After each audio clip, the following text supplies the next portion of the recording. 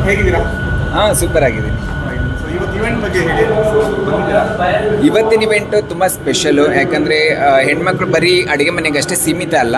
So bat ball ಕೊಟ್ಟರೆ ಗ್ರೌಂಡಿಗೆ ಬಂದರೆ 6-4 ಹೊಡಿಯೋಕ್ಕೂ ready ಅಂತ ಅಷ್ಟು ಕೆಪಾಸಿಟಿ ಇದೆ ಅಂತ ಒಂದು ಆರ್ಗನೈಸೇಷನ್, ಒಂದು ಕ್ರಿಯೇಟಿವ್ ಫ್ರೆಂಡ್ಸ್ ಅವರು ಮಾಡಿದ್ದಾರೆ. ಎಲ್ಲ ಹುಡುಗಿರು ಜೋಶಾಗಿ ಒಂದು ಒಂದು ಇದಕ್ಕೆ ಪ್ಲೇಸಿಗೆ ಬಂದು ಬ್ಯಾಟು 6-4 ಹೊಡಿಯೋಕ್ಕೆ ರೆಡಿ ಇದೆ ಅಂತ ಹೇಳಕ್ಕೆ ಇಷ್ಟ. ನೀವು ಕ್ರಿಕೆಟ್ ಆಡ್ತೀರಾ? ಹೇಗೆ ಯಾವ ಯಾವ ಯಾವ ಪ್ಲೇಯರ್? ನಾನು ಚಿಕ್ಕ ವಯಸ್ಸಲ್ಲಿ ಆಡ್ತಿದ್ವಿ, ಅದೇ ಗಲ್ಲಿ ಕ್ರಿಕೆಟೇ ಆಡ್ತಿದ್ವಿ.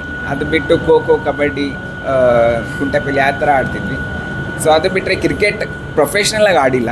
ಸೊ ಇವಾಗ ಒಂದು ಚಾನ್ಸ್ ಸಿಗ್ತಾ ಇದೆ. So we are excited. ಈಗೇನು ಅಂದರೆ ಬ್ಯಾಟಿಂಗ್ ಆಡಬೇಕು ಅಂತ ಇಷ್ಟನಾ ಇಲ್ಲ ಬೌಲಿಂಗ್ ಮಾಡಬೇಕು? ಅದೇ ಏನು ಸಿಕ್ಕರೂ ಓಕೆ, ಆಲ್ರೌಂಡರ್. ಸೊ ಯಾವುದು ಒಂದು ಸಿಕ್ಕರೂ ಅದು ಅಂಪೈರ್. ಪ್ಲೇಯರ್ ಆದಮೇಲೆ ಎಲ್ಲದಕ್ಕೂ ರೆಡಿ ಇರಬೇಕು, ಇಲ್ಲಾಂದರೆ ಅದು ಆಗಲ್ಲ ಅದು.